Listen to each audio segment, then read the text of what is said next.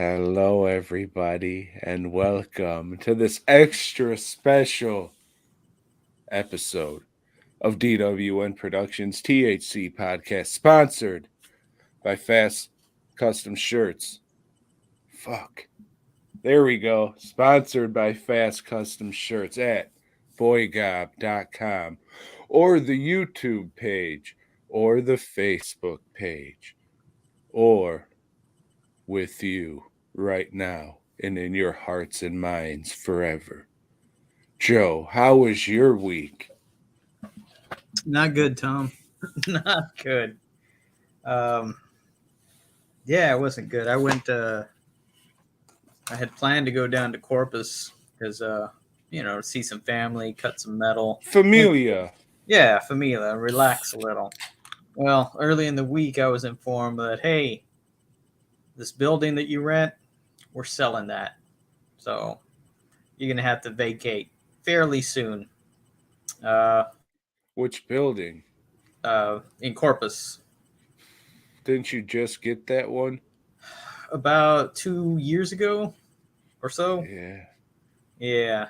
So did that. Got another place to move into, and expense and headache that I wasn't expecting, wasn't happy with, and just a lot of stress over the weekend. But I did get to spend time with family, and did get to cut some metal. So after I put all that shit behind me, it was okay. But just the days leading up to it, and the first couple of days that I was there, I was just real stressed out and not enough food at all. But fuck it, I'm back. That's behind me.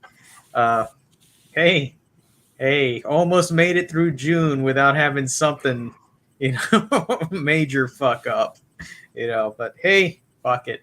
The drawback is, yeah, I was planning to watch a lot of shit this weekend because I know you did, but I didn't, Tom. I didn't watch shit aside from the franchise we are starting. But how was your week, my friend? Mi Oh, man. compare? I'm trying to think of what the fuck happened this week, but oh shit, this was the week I just got all the masks for Severin done. So thanks again for that, dogs. I appreciate it for sure. Hope people like them. Yeah, so that was great. First run of 100 masks, full head masks that I've done. So you can check that off the fucking list. And I learned some stuff, Joe. You're never too old to learn. That's true, Tom. That's true.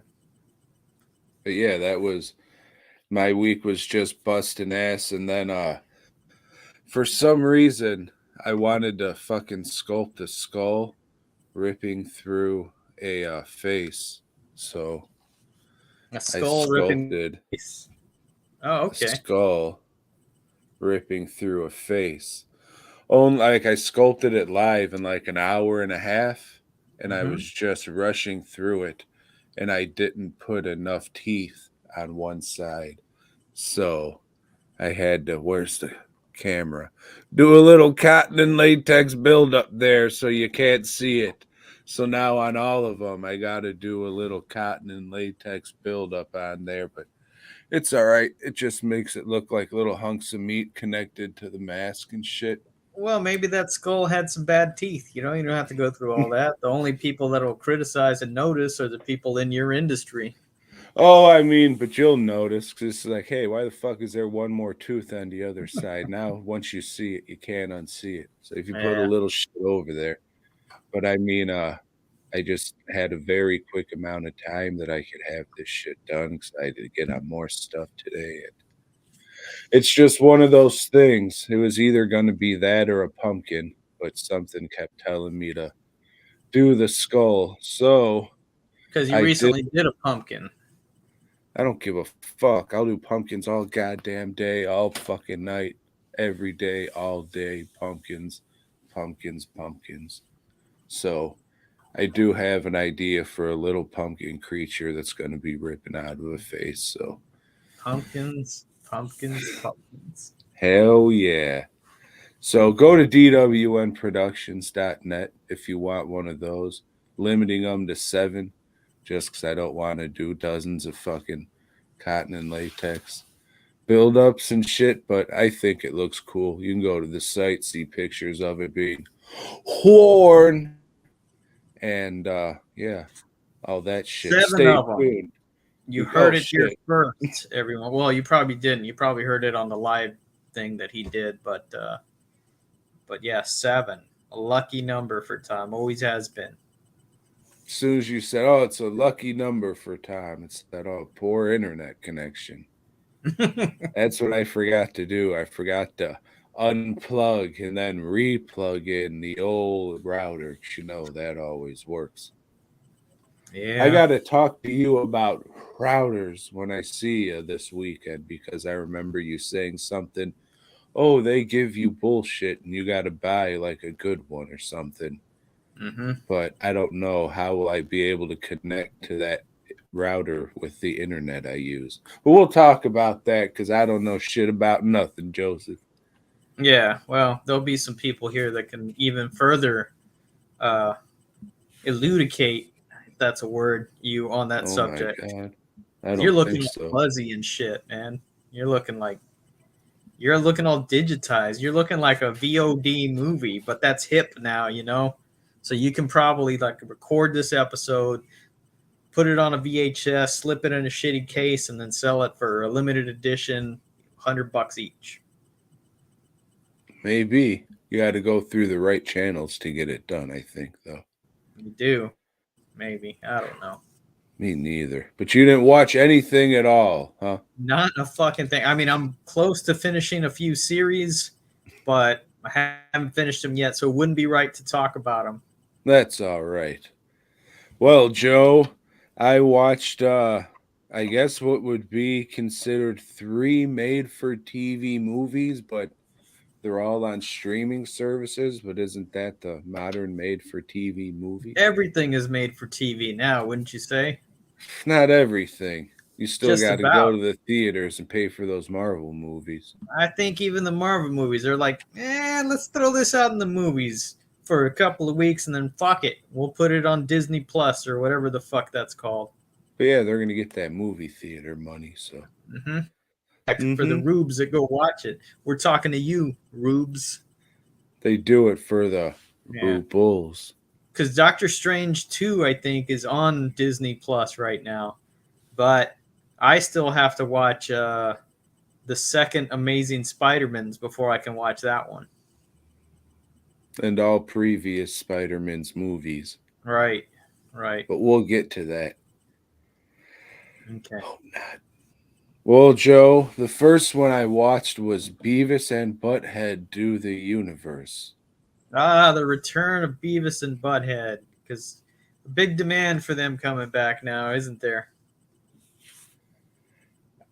These platforms, I guess, they're just scrambling for properties that they already own that they can make Nostalgia. content cheap.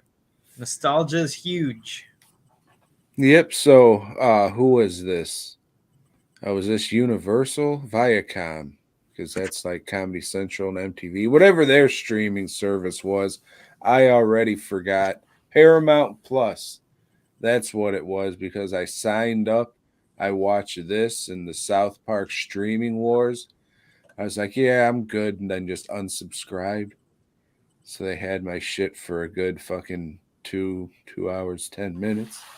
Not worth it. Yeah. I'm guessing you flipped to see what movies they have there on their platform. They don't have much of shit. Not a No. lot of shit worth watching. Peacock, they have a lot of good shit, Or if you're into dog shit action movies like me, they got a lot of that. But yeah, that Paramount Plus, I mean, we don't pay for it, so we got it. I watch Star Trek on there because I'm that kind of nerd. But yeah, I wouldn't pay for that fucking thing. Oh, do they have Packard on there? Yes, they have Packard. They have some new Star Wars show or Star Trek show that I don't know what it is. So, Beavis and Butthead Do the Universe. What's it about? They get in trouble at school for burning down the science fair, and the judge says, "Hey, you're at troubled youth. So instead of punishing you, let's give you an opportunity and send you to space camp. Uh, Fast forward, they go up into space to help fucking line up a telescope or some shit. They fuck around, get sucked into a black hole. They're dumped in our time, and they're trying to find the astronaut that they originally went into space with to have sex with her because they thought that was the plan the whole time. It was, a miscommunication that turned out to be hilarity. But I mean, it's the same kind of Beavis and Butthead jokes. If you thought that shit was funny, you might find it funny now. But everybody but Beavis and Butthead and the couple legacy characters they have in the very beginning all look fucking ugly and weird, like they should be in a different animated show or movie or something. It looks so out of place. It's fucking distracting. Like Serena, I think was the main villain, quote unquote. Like they'd get close ups of her lips, and it was just painted all fucking not good. How the fade was, and it was just terrible, terrible, ugly animation, and it's fucked up because Titmouse, excuse me, does some good shit. The last Venture Brothers shit they did was fucking good. So this is just cheap shit made for streaming service. If you don't mind it being cheap, and I mean, you'll have a couple laughs. I had a couple laughs. It's just the animation is pretty distracting. The IMDb and shit says it's directed by Mike Judge. It's not. It was like two different people on the actual credits in the movie. Did he So, write it? He did the voices, an executive producer, whatever the fuck. I mean, it didn't come off What's like the witty runtime Mike on it? Judge. Excuse me? What's the runtime? Is it a long flick? No. Good. I mean, if you're interested in it, watch it. You'll get a few laughs, but I'm it's sure I'll watch nothing. it, but Nah, I'm not eager to watch it. Is the thing. nothing special. Get a few laughs, but it's fucking ugly as shit, man. And like Beavis and Butthead are drawn way better. It's like it's a different animation style. It's weird when you see it. You'll be like, "Hey, they look a little more Polish than all the other." It's weird, but it's not the best. But I mean, I guess watch it if you're interested, or don't. I got no stake in the game now, Joseph. There he is. He's back, folks. And then I watched a movie called Shark Bait. There's been a lot of open water clones, Joe. And I was thinking about that, like, oh man, open water was almost 20 years ago. That's fucked up to say out loud, huh? But this was another one. Only in this one, you actually get to see some shark action and gore and shit. So if you want an open water movie with some gore and shark action and shit, I would say check it out. But I don't know. I almost Watch. watched last week the Requin, That's but I supposed to didn't. be dog dick. Yeah, almost watched it. Because you like Clueless. You're a Clueless fan. Oh yeah, she's in that, right? Yes. Yeah, the chick from the Aerosmith videos or whatever the fuck. You know. Yeah. We'll Silver be Star. talking about the music videos we masturbated to next week. Let me write that down because I had no idea what to do. Uh-oh. So this is just the same thing. Somebody stuck at sea, and then there's a shark. Yeah, a Comes bunch of fuckheads steal a couple jet skis and hilarity ensues when they're stuck in the middle of the ocean. Sharks eat them. I mean, that's it. There's nothing else to say. If that's the movie you want to see, there it is. It's the fucking Tubi original. Although you had to pay to watch it on Amazon. Weird. Tubi's making originals, or at least paying the money to stream originals. I mean, Amazon, you had to pay to watch it, so Hmm. it wasn't free on Tubi. And I think the fucking company was even called Freebie Pictures or some shit. Yeah, so I have Freebie. So Freebie No, was Freebie. oh, Like, hey, here's a freebie. The next one's free. Signed your local heroin dealer. uh, IMDb TV is now Freevee. Oh, shit. Yeah, I used to no watch fucking IMDb all the time because they had Corner Gas animated. Excuse me. Steve Donnelly, Michael Santa. I want to be this guy. I like the guy you see in pictures like this. They always throw up the I love you things. They don't know what the fuck they're doing. I always laugh at that shit when I scroll past and see it. There's always that one guy like, yeah. The horns. I'll always laugh at that shit. And most of the time I'll comment. Let's go surfing, you fuck. What's up, bro? Or if you're a fucking A&M guy, that's that shit, right? Yeah, Yeah. hook 'em. There, yeah, Hook the whores, as they say. something. And then the last one I watched was Torn Hearts. And this was about a country duo, which, I mean, wasn't really country music. I It saw was you like, post the poster of this when you said you watched it. It's got the same generic poster that everybody's been using for the past 3 years. oh, it is a Blumhouse production. Mm-hmm. And So it's that got what's her name? The Bundy lady, Peggy Bundy. Peg. Yes. So it's about a country music duo of women's trying to come up in the game, and their music really isn't country music. It's like some kind of Lilith Fair folk lesbian rock shit or something. Definitely not country music, but What would you excuse me, consider country music, Tom? Sing me a country music song so our listeners man. know. I'll tell you this. I heard fucking Jelly Roll the other day, I don't know what and that is. dude, it's a fucking snack that I don't really like, but it's also the singer guy. And I've This heard a is a lot of country people. music singer? Yeah, it is. But people are talking like, oh, he's the next big white rapper and shit. I don't know. It A was like country one of those. music rapper.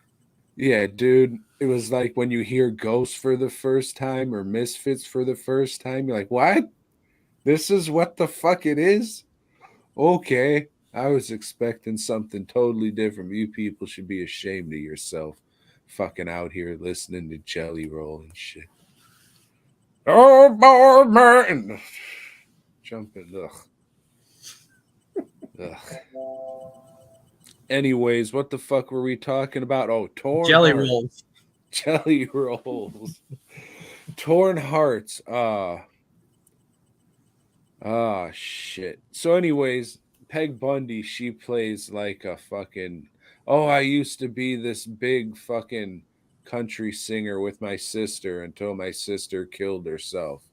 And now I'm just, grieving and looking for a way back. And they were just like, hey, do a song with us. And she says, okay. And she gets them all liquored up and she turns into a fucking crazy person. It's not bad. It's made by the lady who did a 12-hour shift. I talked about that a couple months ago. Yeah, It's you didn't worth like the that one. watch. No, I thought it was all right. Is that the one you said the lady gets out of jail and she has to work at a gas station or something?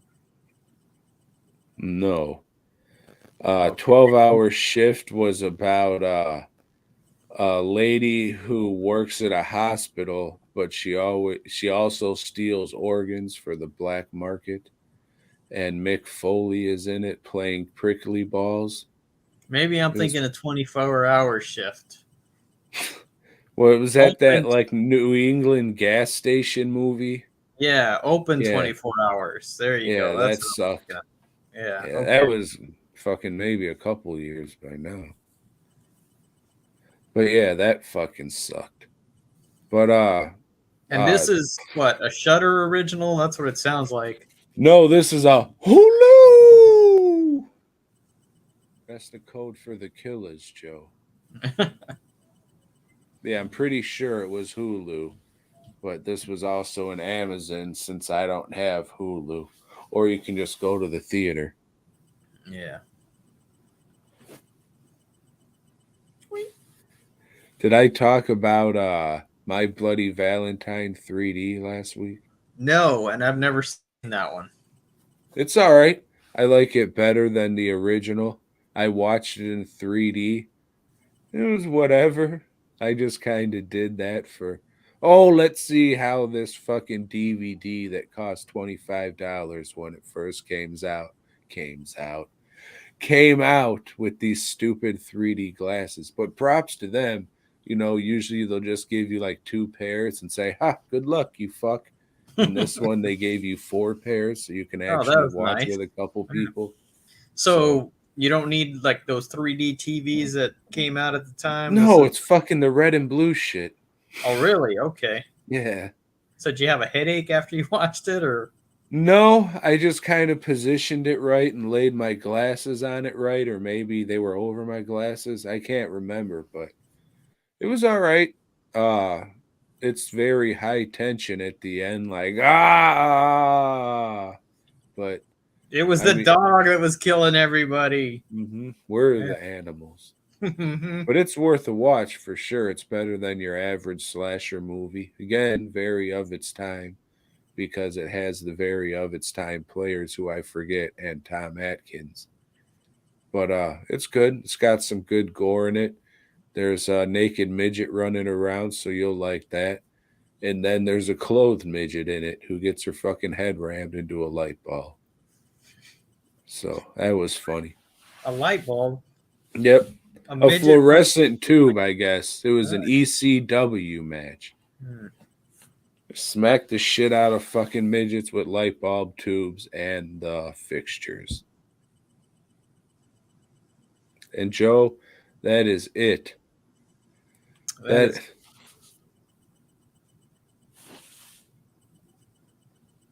you hear that? Did you hear that? It looks like the forest is alive. Did you hear that? Can you do a predator noise? Did you hear that?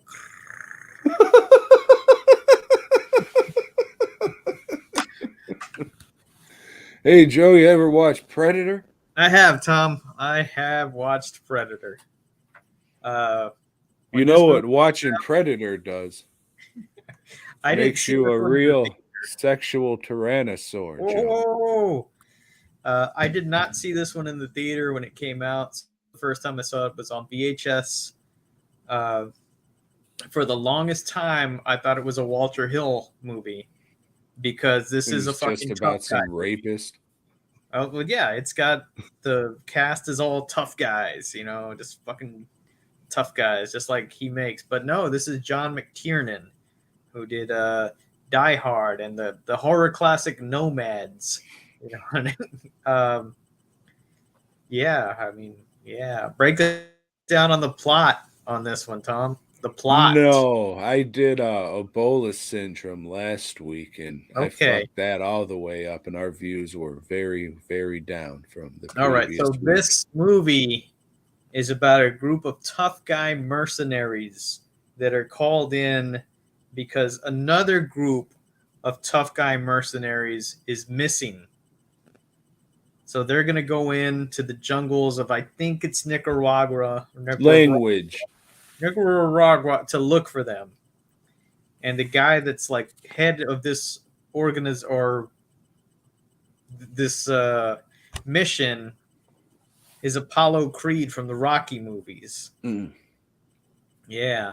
So the movie does a good job at the beginning of introducing us to each character. Like, hey, this guy is a joker. Always making jokes, fat jokes about his wife. Not good. Hey, this guy is taking fucking bullshit kind of guy, spitting chaw and talking bad about homosexuals, especially those slack-jawed kind of homosexuals. Then we have an Indian guy that doesn't really. Okay. He's Do a you know who this fucking guy is? Jesse, the body, No. Ventura, The fucking Nightwolf motherfucker. Nightwolf. No, I don't know who he is. Okay, because in the special features, they said, oh, in order to get him, we had to hire a bodyguard, but not for him, but to protect everybody else from him. Otherwise, the insurance wouldn't insure us. It's like, who is this guy? Are you just hiring serial rapists off the fucking street to co star in your movies? Like, who was this guy? You've never heard of him or nothing before? No, nothing. Who was this guy, Tom? I don't know. I didn't look it up. I thought for sure you'd fucking know. No. And then we have Oh, well, that fuck. another gentleman with bald hair, and I think he played. He was Rock on the TV show Rock. Was he Young Rock? He's yet another tough guy, and then leading the group is Arnold. Arnold. I don't know. I don't know how he led this troop. Like, unless they're just black ops mercenary guys, like the French Foreign Legion or whatever. African American ops. But apparently he's like a big shot with the military. They go in, they kill a bunch of Nicaraguans, and then something's hunting them. We don't know what it is, but he looks at them, and we see splotches of red and green and shit. We and do know what it is, though. You can't make out, what he's seen. Maybe this creature or whatever can see some shit that we don't see in this big splotch of red and orange and shit. It's supposed to be thermal heat vision or something, but fuck, his technology, wherever planet he's from, it sucks. But he's got some good invisible technology, and he's taking out these motherfuckers one by one. Somewhere along the line, they pick up a chick, take her with her, but still, they're getting killed one by one. And then they finally figure out, oh shit, it's a predator. That's what they say out of nowhere. Bill Dukes tries shaving his face. The thing fucking breaks again. And it's a predator. When can we expect the predator to attack? Anytime. Anytime. Yeah. So it's a bunch of tough guy bullshit, posturing. They're fighting the predator. Everybody's killed off except for Arnold, of course, because he's the star. And if you cover yourself with mud, it blocks your heat. So then the predator can't see you die of suffocation. The splotches of red and green anymore. So now Arnold has a way to fight this guy. So he sets up a bunch of traps. He has time to do that. You know what the predator could have done? Just like change the vision mode on his helmet. Or took the helmet off and you would have saw him. Looked around. Oh, there you are. Yep. Yeah. So they fight. Arnold beats him with all his traps and stuff, Booby traps. And then this thing has like a device that can set off like a nuclear explosion to blow himself up. And that's what he does. Old Predator. That's what he does. Old Predator. I thought this movie was pretty fucking good. It's really good. I would have liked it more, though, if we didn't have that opening scene or the title scene, whatever it was, where we see a fucking spaceship come down through space. And, like, if we just dropped that and we didn't know what the fuck this thing in the woods was, like they didn't know what the fuck it was, I think that would have played a little better. But and that reminded me a lot of the opening of The Thing. It kind of looks almost exactly like it. Except the paper doesn't burn, showing the light behind it. Fuck. But yeah, if they would have dropped that shit and we would have been going through the fucking shit with him instead of knowing, oh, you gonna get monstered. But other than that, it's cool. The gore is cool. Every time I fucking watch it, I forget about the gore. And then just mowing down that big ass gun in the fucking forest. They said they had to rig up so many fucking branches and shit to blow up and shit. It's good stuff. This is one of those movies where it's a classic for a reason. Yeah. Yeah. Like I said, all the characters, they're distinctive and they're memorable. And you think like, hey, this guy might make it to the end, but no, they're all picked off one by one. I would have liked to seen like when Sonny Landham's standing on that tree. I would have liked. What the fuck is that? Like the predator to just fucking land on that tree and then cut away. We don't have to see him fight or anything, but instead of just like or whatever, Yeah, something. How something like whatever. But like maybe the predator fucking tosses Arnold Schwarzenegger. I can't say his last name. Just his head. Yeah. And then the predator starts taking his fucking shit off. Like, all right, let's do this hand to hand. Like, I already fucked your friend up hand to hand. Now, what the fuck are you going to do? Yeah. Or uses his spine like nunchucks, Well, not that. Just to say, yeah, I'm a badass motherfucker. You want to do this? Let's do it. Yeah, you're their leader. Let's go. But no, it's still really good. I've seen this movie several times. It's still got a lot of watchability, and it's still got some lines that make me laugh. Like what, Joe? No, I don't. That's why I asked. It made me laugh the first time I watched it. It makes me laugh now. What? What it's made just you so laugh? Blatant, huh? What made you laugh? When that girl says the jungle took him. Got a big pussy. But she says it in Spanish. Oh, because you like laughing at minorities? I do. Is that how you say it, minorities? Minorities. Fuck that one up. But yeah, good flick. Would recommend. Yeah, for sure. I would definitely recommend this. I remember liking Predator 2 and that actually being my favorite one. So fingers crossed, Joe. Yeah. So fingers crossed. I didn't get a chance, but in this, the Predator Omnibus. He's got the omnibus from Dark Horse. The first thing it collects is and this was the first Predator comic book called Concrete Jungle. So this was a 4-issue series. That's the city, Yeah. So Predator is in the city in this one, and he's fighting with cops. So trying to find a picture of the main character. Here he is here. So this guy here is Dutch's brother, Dutch Arnold from the movie. He's a cop, and a predator comes after him or something. I haven't read this since it came out in, who the fuck knows, 89 or 79, 72. Yeah, but I'll reread it before we do the next one, and we'll talk about this before we go into Predator 2, since this predated Predator 2. And could we also talk about something that is very common knowledge by now? Well, let me tell you, now that I've talked about this, there's something that happens, Tom, that I like to call the BOYGOB effect. Not yet. Not yet. This is. I just want to give a shout out to our boy JCVD.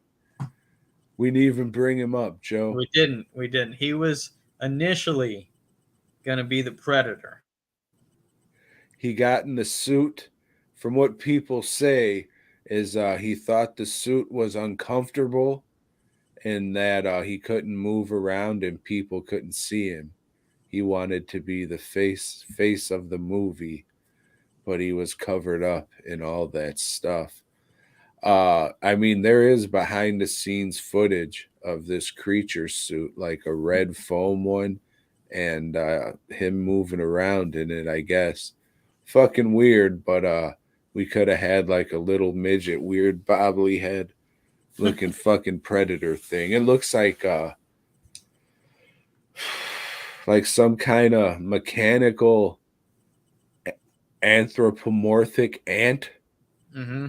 or something. You've seen it, right? Yeah, yeah. Yeah, it's really weird. And I And gotta say, for at the time, that was probably a really good career move on his part. I mean, a lot of people would say, "Oh, how could you not want to be the president?" Well, fuck, he went on to better things at that point. Like shortly afterwards. So yeah, no retreat, no surrender. yeah, fucking great movie. Because this was like one of his first shits he got. I don't know if it was before or after that, but that would have been like right around the same time. Mm. That's fucked up. I know this much about this fucking guy's career just because we've been watching these fucking movies for the past couple years. You know, the timeline of his fucking work. He's like a part of the show. Maybe one day we'll get him on. I'm sure we will. Fucking prick. Hey, Joe, tell him about that little tease. Wait till the end, but tell him about that BOYGOB effect, Joe.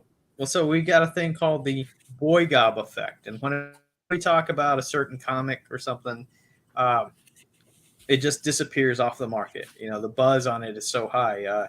You can go on eBay or whatever your favorite auction site is, and you're not going to be able, because it's gone. We've got comic dealers, comic shop owners calling us that say, "Hey guys, let us know ahead of time if you're going to talk about this. Because what are we supposed to do? We're going to stock up on these comics, and we can't." And everybody comes and asks us, and it's such a hassle, such a bother, with all the people coming into our store all the time. But that is unfortunately the BOYGOB effect, and that's what happens. And whoa, comic dealers, comic shop owners, get ready, because this is a BOYGOB effect episode, man. And we'll start with, I guess, Amazing Spider-Man number 119. Didn't hate this one, Joe. You didn't? Okay. No. I gotta say, I didn't like it, Tom. Compared to everything else we've read, I thought this one was okay. Yeah. So tell us all about Peter Parker's adventures in Canada, Tom. All right, so this was a few days ago, so I'm gonna try and remember. A gentleman named Rimjob tells J. Jonah Jameson, "Hey, Hulk's in the fucking Canada district, mate." And he says, "Oi, blimey, if I can get Spider-Man there, I can get pictures of the Hulk killing him. This is a win-win situation." And they all go to Canada, and Spider-Man gets thrown in a river or some shit, and we'll see you next week. Let's back up a little. The episode or issue starts with Spider-Man's Peter Parker delivering some mail to Aunt May, a telegram, a very important telegram. And remember, she's living at the Doc Ock's house with his gangster buddies. Probably they're pulling a train on her every night. We don't know, but she's happy, and she's happier than she's ever been in these comics. And instead of delivering it to her, he thinks, "No, I'm going to keep this letter because maybe this is from Otto Octavius, and I got to see what's going on." So Peter Parker basically steals her fucking mail. But that mail just happens to be from somebody in Montreal, Canada, that needs to talk to her. So that's another reason why he wants to go to Canada, is to find out what this letter is all about. Is that from old Rimjob? No, we don't find out this episode. Yeah, because he goes to see Rimjob, and there is a character named Rimjob in this. But Rimjob's not there. But the Hulk is there. The Hulk's in Canada, and so is old Thaddeus Thunderbolt Ross. Yeah, I forgot about that. I popped for that part. Yeah, and we haven't talked about that because we've been covering Spider-Man's, not the Incredible Hulk. But Thaddeus Thunderbolt Ross is the guy that's always trying to kill the Hulk or capture the Hulk, or he's just got a fucking big boner for the Hulk, and never He's does Red a good Hulk. job. You see, never. Help me, Wamba. But yeah, so Spider-Man's and the Hulk, they fight, and then the Hulk breaks down a dam.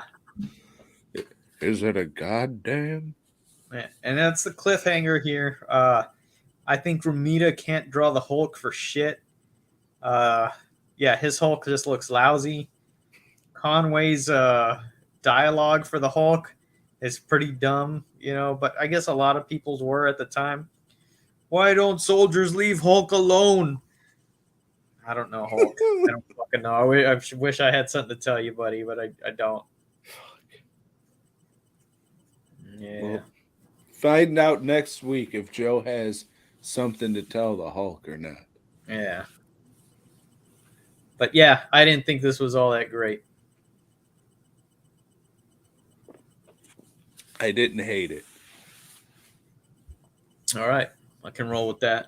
I'll never read it again, but didn't hate it. I was just like, oh, look, Hulk's there's a guy named Rimjob. Fucking J. Jonah Jameson's trying to get Spider-Man murdered.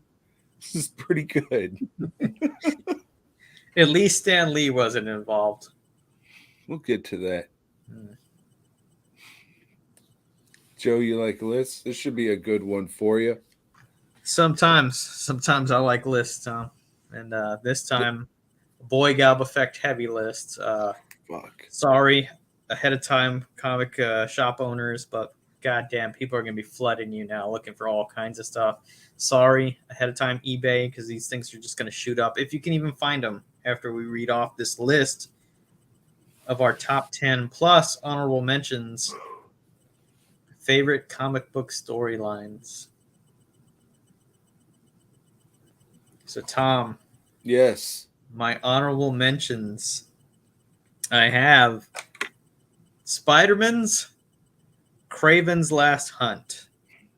Haven't read it in a long time, Tom, but if we're both still alive and we get to this again, get to this point, because this crosses over into what, 3 different Spider-Man's titles at the time? Web of, I think it goes through that. Web, maybe Peter Parker, Amazing Spider-Man's, I don't remember. So, but yeah, it's definitely Web. But good story, J.M. DeMatteis, Mike Zeck art, and your favorite villain, Kraven, who, as you informed me, Tom, has his own moving picture coming out. Steve Irwin is Kraven the Hunter. It's going to be good. Mention I have is the Great Darkness Saga from the Legion of Superheroes. This is the Legion of Superheroes versus Darkseid, but it's a secret that it's Darkseid. If you've never read this story before, it's fucking Darkseid. He's the main villain behind it all. Then I have Exiled, and this was a storyline that ran in Superman. Superman, he fucked up on Earth, so he's exiled into space, Tom. While he's in space, he meets some people, whatever, and then all of a sudden some people kick his ass and he has amnesia. So they put him in a gladiatorial arena type thing, Tom. So he's like a gladiator for a while. And this is great because this kind of storyline had never been done, and it's never been done since. That's Superman Exiled. Okay, then Planet Superman. I have Return of the Monster. This is an Incredible Hulk storyline. Bruce Jones took over the Incredible Hulk book with art by John Romita Jr. And they're accusing Hulk of killing a kid. And Bruce Banner decides to fucking hitchhike around and figure out, hey, who's setting the Hulk up? This shit was real good after years and years of the Hulk fucking running around with the Pantheon or whatever the fuck that was.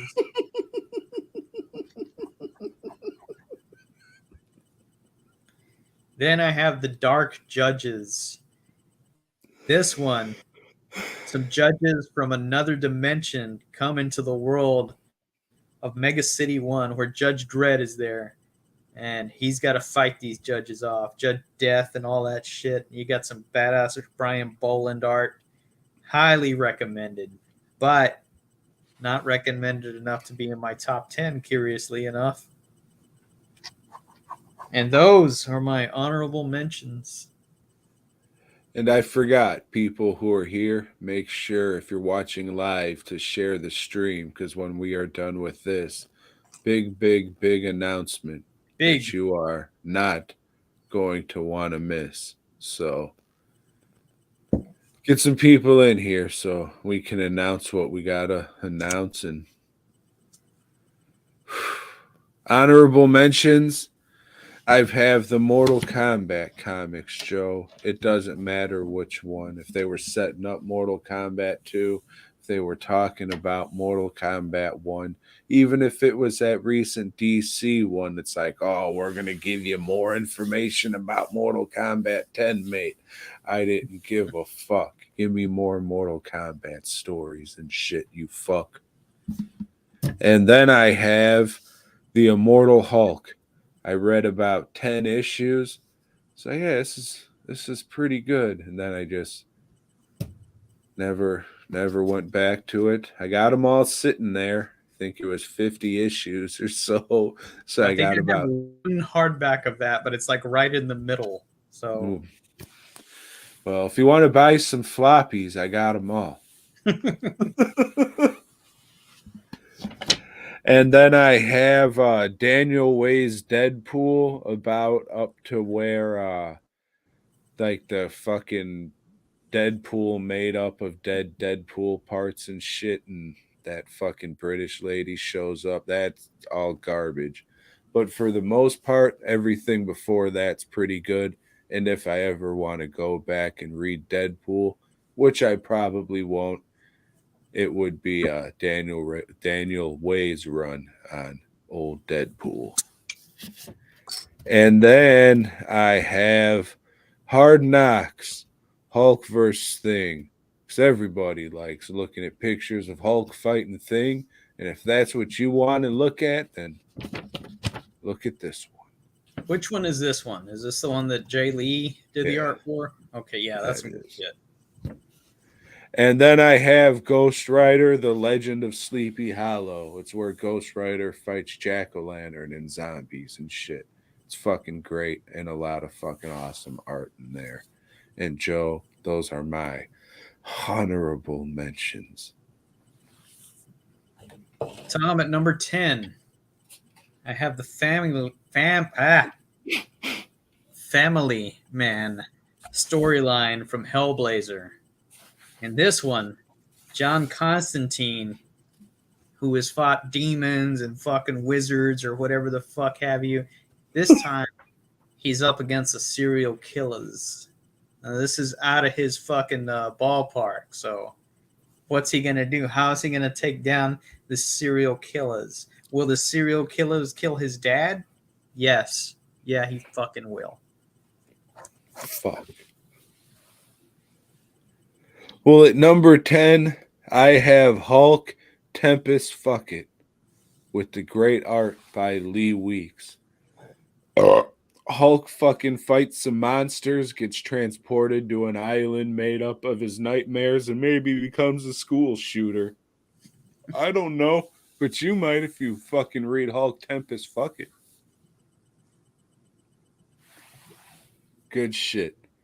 I'm not going to lie, though. It's mostly because of the art. A lot of my comics, I don't read them so much. Just look at the picture. Just like you did with Playboys. Hey, if they're drawing it right, you don't need the words to know what the story is. It's true. At number 9, I have Weapon X by the great Barry Windsor Smith. Now, this was first serialized in Marvel Comics Presents, which was a really shitty fucking anthology book, and it usually had one good storyline that you had to pick up the rest of this bullshit to read this one storyline. Weapon X. I wouldn't say it was worth picking up the whole book because it's at number 10, But if you find a collected edition of it, pick that up. This is good shit. Really good. I read this again 2 years ago. It stands up. If you like stunningly rendered bears, this is the comic book for you. Truth. I have at number 9, Yes. Punisher Barracuda. This is from the Max run made by old Garth Ennis.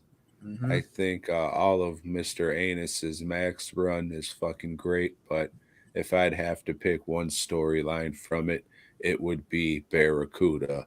That guy's grill cracks me up. Not gonna spoil it, but good shit. If I want Punisher and Garth Ennis is writing it, then I will pick up that Punisher. And if he isn't writing it, it's just like, well, what the fuck's the point?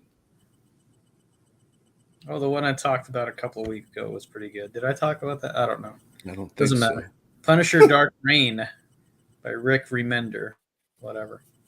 But anyway, at number 8, I have the Under Siege storyline from the Avengers.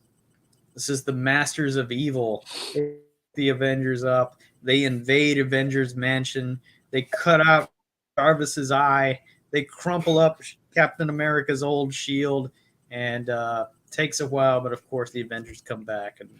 But it was a cool fucking build up, and it's like, yeah, these Avengers they're put through the ringer here. You should always put your heroes through the ringer because it makes them bigger heroes once they overcome those incredible odds. This was like Zemo and Loki and shit. Zemo, Mr. Hyde,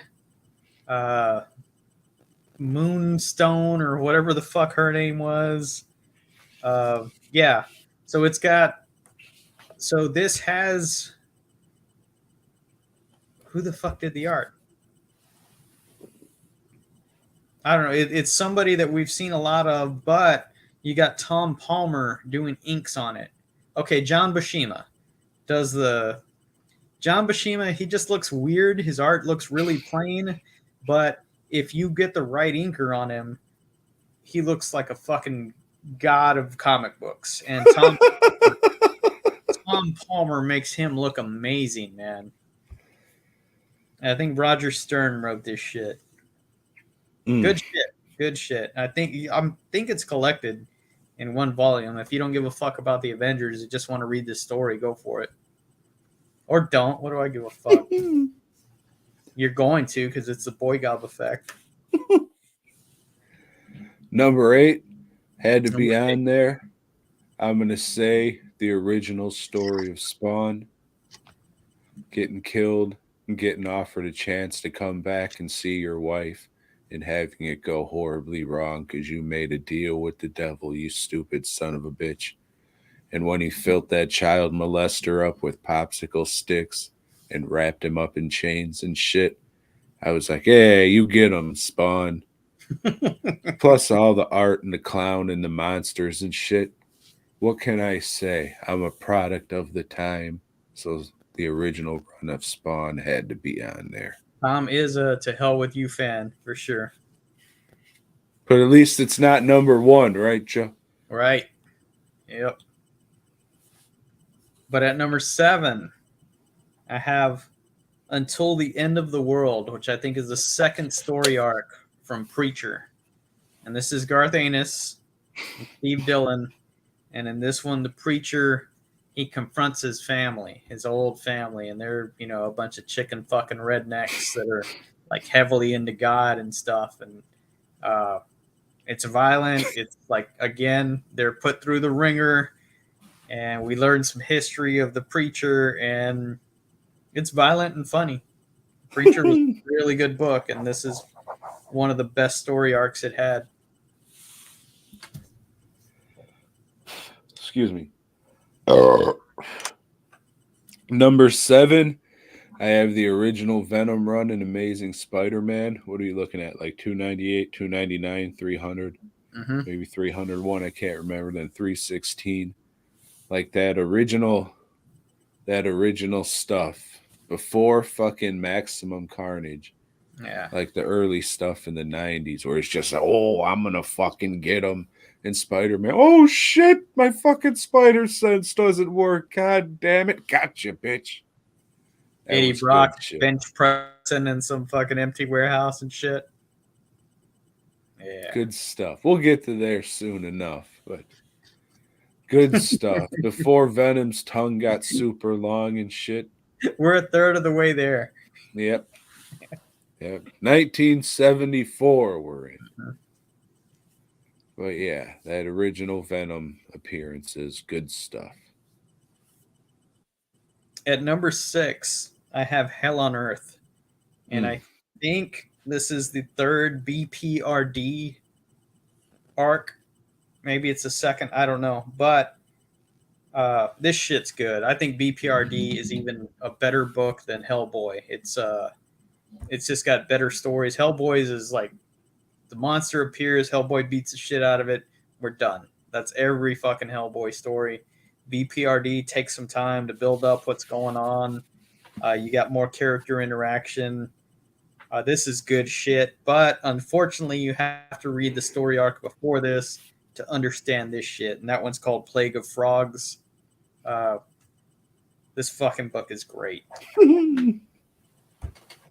Would recommend. Fuck yeah, I would.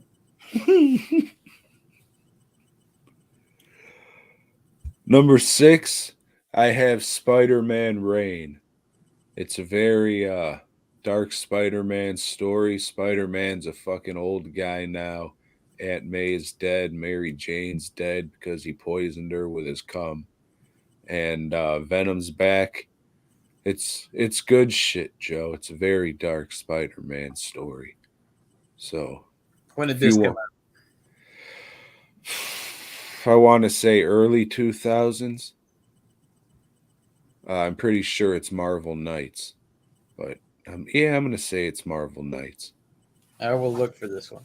You should. It's good. I think a movie guy wrote it, but I could be wrong. Excuse me. My fucking nose itches. I need to scratch it with some cocaine. At number 5, I have Batman Year One. This is Frank Miller and David Mazzucchelli. Damn, I know him.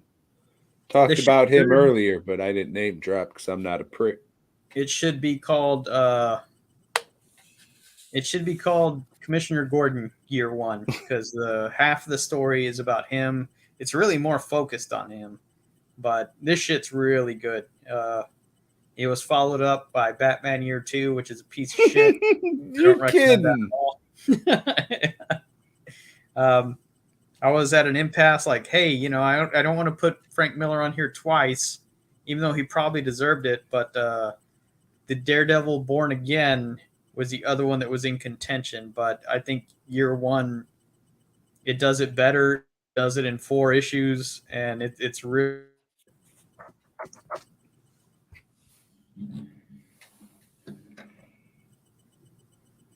Number, what are we at? 5. I've got Eltingville. Shit. When I first seen that cartoon, right when it premiered on Adult Swim years and years ago, before fucking Adult Swim was even this big thing, they had a fucking pilot for Eltingville. And then many, many years later, a couple years back from where we are now, I found out that was a fucking actual comic book, and all those stories that were never made were fucking in this book collected.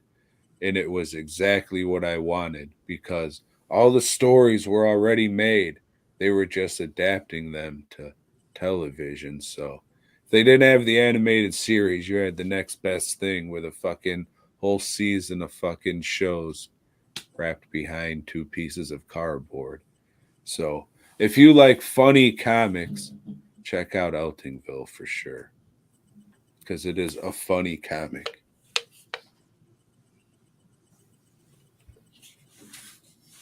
At number 4, I have the American Gothic storyline in Swamp Thing. And this one, Swamp Thing goes to hell. It has like all of the DC mystical characters. The Spectre, fucking Doctor Fate, Sargon the Sorcerer. This storyline introduced us to John Constantine. This is some real good shit. It has Etrigan the Demon, who is one of my favorite characters in DC, and the art's great. It was fucking great. Good stuff. Good stuff. If you like Etrigan, you should check out the figure that was just released of him. Think you'll love it, Joe. Okay. You love pieces of shit. Not good. Excuse me. Well, so that one thing that they released with the fucking wings, that was not good either. It's like pass on that shit. And the fucking Sideshow Collectibles giant Swamp Thing, that didn't look good at all. Like, especially for the monies. Right, yeah, for Sideshow money, get the fuck out of here. What are we at? I just did 4. 4, I have Scud, the Disposable Assassin. Started reading this when I was a very young lad. Got about, I don't know, maybe 4 or 5 issues, random, and just fell off. Then I was in the comic shop one day and I said, oh my God, they have a collected version of all the Scud shit. Whew. Awesome. Good shit. It's about having to live to survive and then being depressed with the whole world that you'll accept a job to blow it up. Good so shit. You could relate to this. I can. Right. It's good shit. It's another funny comic. This was fucking Deadpool before Deadpool was Deadpool for sure. And it's just good shit. It's very unique art style, black and white, so that might deter some people, but I like it. And if you don't, it's okay, because we're all different, just trying to live life on the spinning ball we call her. Shit. Scud the Disposable Assassin. Go pick up the book. It's relatively cheap, and it's like fucking phone book thick. So you're getting a lot of pages for your money. At number 3, I have Crisis on Infinite Earths. Now, at the same year, or maybe the year after, Marvel did Secret Wars, which is a big thing for Marvel, but it was a complete piece of shit. DC did Crisis on Infinite Earths, and this was their big intercompany crossover. So this crossed over into every book, but you didn't need to read every book to understand what the fuck was going on. Everything was contained in this 12-issue series. And Marv Wolfman and George Bettis, they did some badass shit together with, rest in peace, old wrestling god. They did some great shit together in Teen Titans. Even later on, they did Justice League versus Avengers. But I'd say this is probably the best thing they ever did. This is one that I've reread several times. I have that stupid fucking big Absolute edition, so I paid big money for that shit because it's that good. It is fucking great. Every DC character is in this shit. Every one of them. And if you know George Pettis' art, he'll throw like 38 fucking characters. Why aren't you saying Jorge if you're saying Perez like that? Because he didn't spell it with a J. And he probably, knowing him, he probably did say George Perez, but it's a weird guy. But man, he could draw like a motherfucker. Number 3, I've got the Frank Miller classic, The Hard Goodbye, starring Marv Wolfman, as you would call him. Violent Marv. Fuck. Good shit. Guy gets set up for killing a prostitute and stumbles upon a world of shit, Joe. Mm-hmm. A world of shit. Would recommend. Very good stuff. Movie's not bad either. The movie was a great adaptation of it.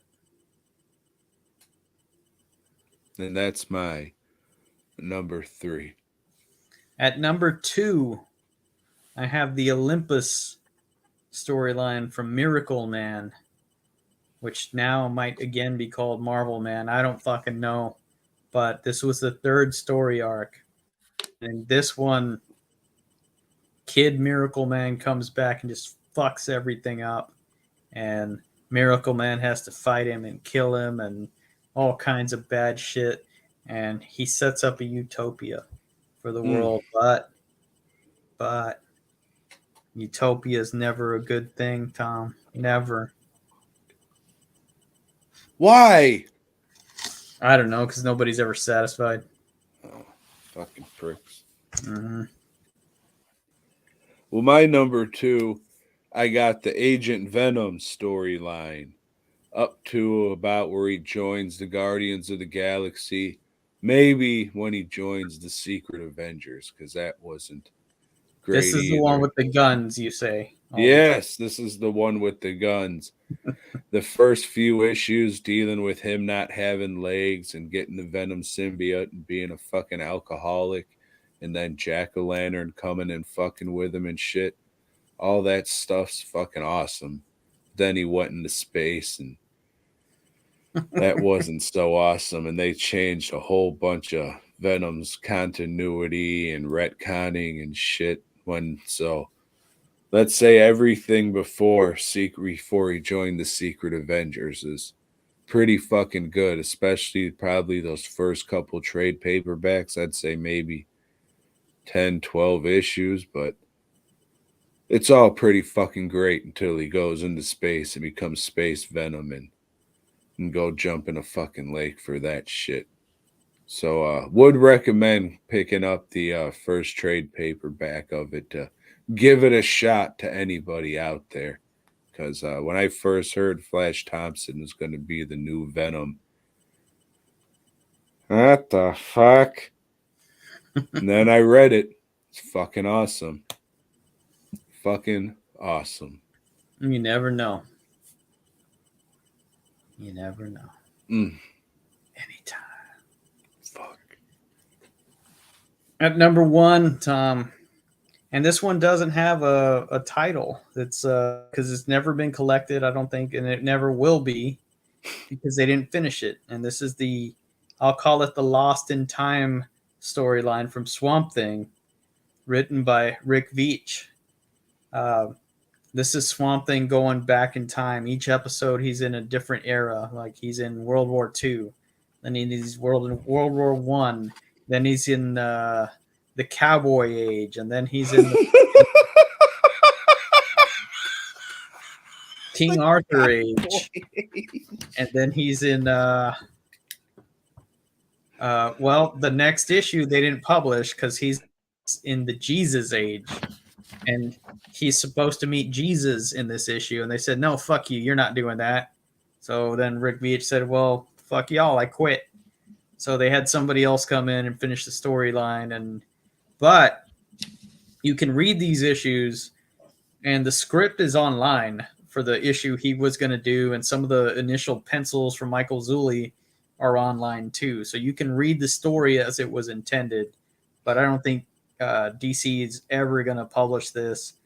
I like this shit so much. I have some of the original art to it. That's my number 1. This is everybody touts Alan Moore as being the top Swamp Thing guy. This shit's much better than that. Rick Veitch's run entirely is better than Alan Moore's. Number 1. Well, we know you're a Veitch-a-lo, Joe. You've I am. made that very, very clear on this show. Yeah. He's going to be at the Gathering of the Artists. Fuck. Wait, Well, what? Joe, What? What? Joe, my number 1 is going to come as no surprise. We know I'm the Marvel guy of the crew, so I mean, just anything written by Stan Lee. We wouldn't even have writing if it wasn't for Stan Lee, Joe. So, True. I mean, anything that man put pen to paper to, I love it. Shakespeare of full colors, we call him. Wouldn't have anything if it wasn't for Stanley. So for that, thank you, Papa Lieberman. I love you. And that is my number one. But really, it's R.L. Stein's Man Thing. Oh, what a piece of shit that was. So what are we doing next week, Joe? Next week, we're going to talk our top sexy music videos. Those videos that got our young loins a stirring.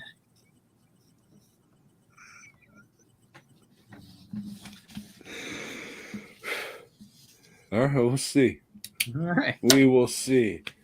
But Joe, we got an announcement to make. Whoa, what would that be, Tom?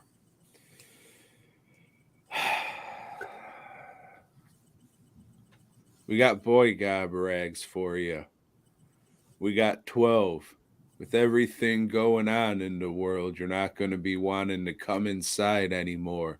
So you want to pull that rascal out and squirt all over. You're going to need something to clean up with. Yeah. Make it a boy gob rag. Yeah. There's only 12. There will only be 12 sold to the pubic. And you can get them now at dwnproductions.net. Squirt on this stuff, save it, don't leave any DNA at the scene. It's nice. I'm not going to unfold it again because then I won't be able to fold it back, but you could probably dry a fucking car with this if you got some big hog meat running wild in your underwear. Who needs a chamois when you have this? This is better than a super sham. So now, dwnproductions.net, go get a boy gob rag. It's to clean off the boy gob on your knuckles, your wife's tits, or a gentleman's hairy rump if that's what you're into, because it is still June. So dwnproductions.net, get a boy gob rag. Also, get the new mask. Limited to 7, and that's fucking it. Then I'm smacking the fucking mold with a hammer. And I still got some of these fucking hats. So go buy those too. Buy one of all of those, and I will throw a fucking koozie in there. Gratis, as they say.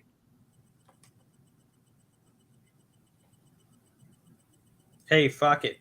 Go to fastcustomshirts.com. Get yourself some shirts or don't. Whatever. As Tom just said, dwnproductions.net. Get your boy gob rags, get your boy gob hats, and you can do the same thing with the hat if you're so inclined. It's up to you. Got to pay a couple podcast bills, so pick up that jism rag. You know what I'm saying? But make sure to go to fastcustomshirts.com. Type in boy gob in the search bar and pick up a fucking boy gob rag you can wear. The official boy gob shirt at fastcustomshirts.com. And on that note, Joe, we've said it a few times, but I'll let you say it one more. We'll say boy gob.